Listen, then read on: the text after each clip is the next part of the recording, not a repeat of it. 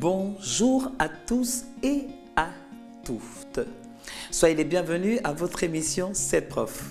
Nous parlerons d'une préposition particulière que nous employons souvent sans nous en rendre compte. Il s'agit ici de la préposition sans, qui s'écrit S-A-N-S. Particulière pourquoi? Parce qu'elle est parfois suivie du pluriel ou du singulier. C'est une préposition qui marque la négation, la privation, l'absence ou l'exclusion d'une personne ou d'une chose. Elle n'est pas toujours suivie d'un singulier. On va devoir faire appel à la logique du sens de la phrase pour accorder correctement le mot ou le groupe de mots qu'elle introduit. C'est le sens de la phrase ou de l'expression qui décide de l'accord à réaliser. La préposition « sans » introduit souvent un nom employé sans article. Il est alors difficile de savoir s'il faut mettre le nom au singulier ou au pluriel. C'est le sens, la logique qui détermine le nombre et non pas une règle précise. Le nom placé après « sans » reste au singulier dans les cas suivants. S'il désigne un nom abstrait, alors ce sera au singulier. Exemple, c'est un homme sans morale. Morale ici est un nom abstrait. Ne tremblez plus, soyez sans crainte. La crainte est un nom abstrait. S'il indique l'unité ou ne représente qu'une seule solution. Exemple, les ouvriers portaient une valise sans poignée. Une valise ne comporte qu'une poignée. Donc, forcément, on mettra ici poignée au singulier. S'il s'agit d'un nom non comptable, il prend toujours son café sans lait. La réalité concrète est ici, elle est non comptable. On ne compte pas le lait. Donc, c'est pourquoi ici, lait prend la désinence du singulier. Je prendrai un café sans sucre ou un thé sans lait. Le sucre ne peut pas être compté, le lait également. Il y a des expressions figées, c'est-à-dire qui ne bougent pas, qui sont toujours au singulier employées avec la préposition sans. Alors, dans la liste, on trouvera sans commentaire, sans condition, sans connaissance, sans défense, sans délai, sans douleur, sans doute, sans accident, sans inconvénient, sans interruption, sans preuve, sans raison, sans regret, sans réserve, sans retard, sans retour, sans transition, etc. La liste, elle est vraiment longue. Ce sont des expressions qui sont figées. On ne mettra pas de S. Pourquoi? Parce que ce sont des expressions qui existent déjà toutes faites. Bien, rejoignons notre partenaire, le projet Voltaire, et jouons ensemble dans les phrases qu'il nous propose. Il nous en veut car nous avons empiété sur son temps de parole. Il nous en veut car nous avons empiété sur son temps de parole. Dans cette phrase, y a-t-il une faute? Il nous en veut car nous avons empiété sur son temps de travail. Vérifions ensemble. Ici, c'est empiéter. Pourquoi? Parce que ici, il faudrait faire attention à l'accord du participe passé conjugué avec l'auxiliaire avoir. Quand il est conjugué avec l'auxiliaire avoir, le participe passé ne s'accorde jamais avec le sujet. Or, dans la phrase qui nous est proposée, empiéter a été accordé avec le nous. Et c'est l'erreur qu'il ne fallait pas faire. Donc, la phrase correcte est « Il nous en veut car nous avons empiété, accent aigu, sur son temps de parole ». Cet appareil vous permet bien sûr d'imprimer vos documents en noir et blanc. Cet appareil vous permet bien sûr d'imprimer vos documents en noir et blanc. Où est la faute dans la phrase? Ici, c'est bien sûr. Oui, bien sûr s'écrit toujours en deux mots et non en un seul mot comme on le pense. Donc, on écrira bien, plus loin, sûr. Notre phrase correcte donnera ceci. Cet appareil vous permet, bien, plus loin, sûr, d'imprimer vos documents en noir et blanc. Ne parle de vous qu'en termes flatteurs. Il ne parle de vous, excusez-moi, qu'en de termes flatteurs. Où est la faute ici? Il ne parle de vous qu'en termes flatteurs. Vérifions ensemble. Ici, très bien, il n'y a pas de faute, mais comment pouvons-nous arriver à faire la différence entre quand et quand? Alors, si oralement on peut décomposer le mot que en, alors il faut écrire quand et non quand qui indique le temps. Il n'a qu'en partie raison. Quand il fait beau, je n'hésite pas à sortir. En faisant le strict minimum, vous ne pouvez guère espérer de bonus. En faisant le strict minimum, vous ne pouvez guère espérer de bonus. Où est la faute? Ici, la faute est faisant. Oui, l'habitude souvent nous pousse à ce que l'on écrive faisant avec le E. Mais c'est une erreur parce que la bonne orthographe est F-A-I-S-A-N-T.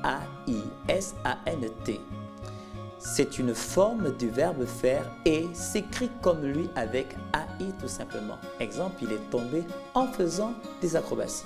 C'est pourquoi la phrase correcte donnera ceci.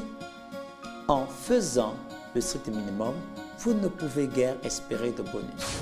Nous vous invitons à télécharger cette application disponible sur les supports iPad, iPhone et Android. Merci de continuer de nous écrire sur notre adresse Facebook Canal 7-7prof. Ne bougez pas, les bons profs vous parlent de 8 étapes de la méiose. À très bientôt sur la chaîne panafricaine Canal 7. Nous vous retrouvons toujours avec le même plaisir.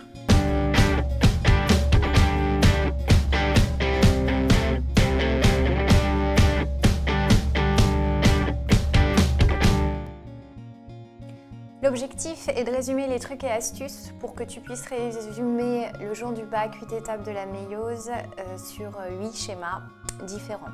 Alors, on part ici avec une prophase 1. Tu sais qu'en prophase 1, les chromosomes s'individualisent, l'ADN se compacte en chromosomes en l'occurrence. On a alors des paires de chromosomes, 10 paires d'homologues ou bivalents, qui vont s'apparier, s'assembler. Je vais choisir arbitrairement une paire de grands chromosomes et une paire de petits chromosomes homologues. Je pense aux légendes, en l'occurrence ici.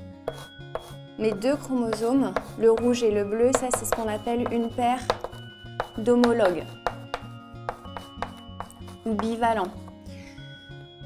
Le cercle ici que j'ai représenté, c'est le centromère. Tu remarqueras qu'il est au même endroit sur les deux chromosomes. Si j'ai choisi un rouge et un bleu, c'est que le rouge sera le chromosome dit d'origine, entre guillemets, maternelle, et le bleu, origine paternelle.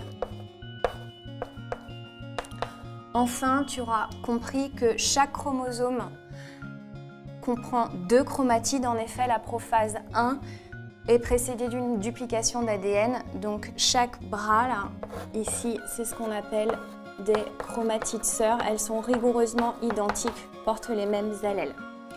En prophase 1, appariement des chromosomes homologues, elle est suivie d'une métaphase 1, méta au milieu, car au milieu se place une plaque équatoriale. Et de part et d'autre de la plaque, les chromosomes homologues vont se positionner. En l'occurrence, par exemple, le grand bleu se met en haut, donc le grand rouge en face. Et puis, je vais prendre au hasard le petit rouge ici, le petit bleu en dessous.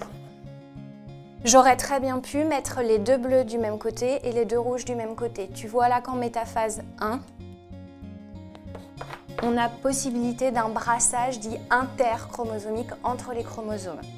Après la métaphase 1, il y a l'anaphase 1 avec migration, donc ascension polaire des chromosomes. Le grand bleu migre vers un pôle, le grand rouge migre vers l'autre pôle. Et puis ici, le petit rouge migre vers un pôle, le petit bleu migre vers l'autre pôle.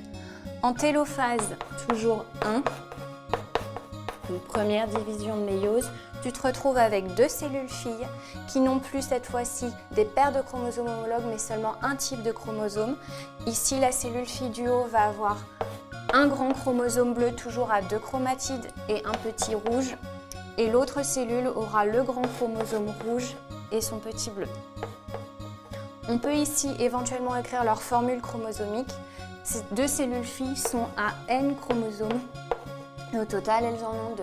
Ma cellule mère initiale était à 2N égale 4, tout simplement parce qu'elle avait des paires de chromosomes homologues. Et au total, 4, 1, 2, 3, 4, elle avait 4 chromosomes. Après la télophase 1, on recommence. Ça ressemble plus à une mitose. Je vais avoir une prophase 2.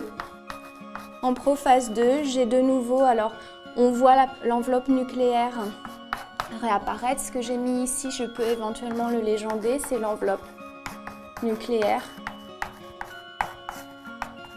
Et tu auras compris que le cadre que j'avais conservé, c'était la membrane cytoplasmique.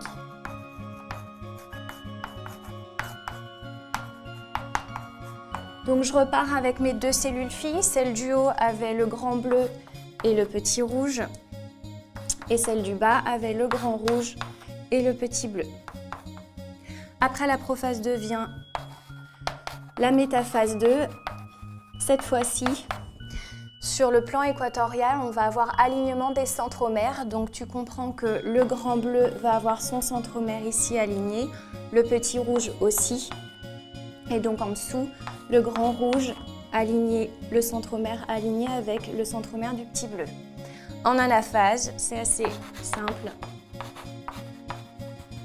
On a une disjonction des chromatides avec migration ou ascension polaire. Autrement dit, le grand bleu migre, en l'occurrence la chromatide ici, son autre chromatide va migrer de l'autre côté. Et puis la même chose pour la cellule du bas. Le grand rouge se sépare en 2, le petit bleu se sépare en 2. À la fin de ta méiose, tu obtiens 1, 2, 3, 4 cellules filles. Chaque cellule fille contient un grand et un petit chromosome seulement à une chromatide.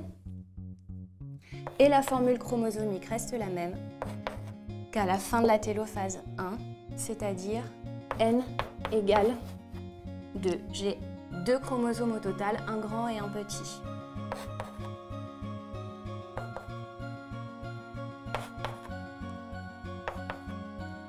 Voilà comment on peut résumer rapidement les 8 étapes de la méiose.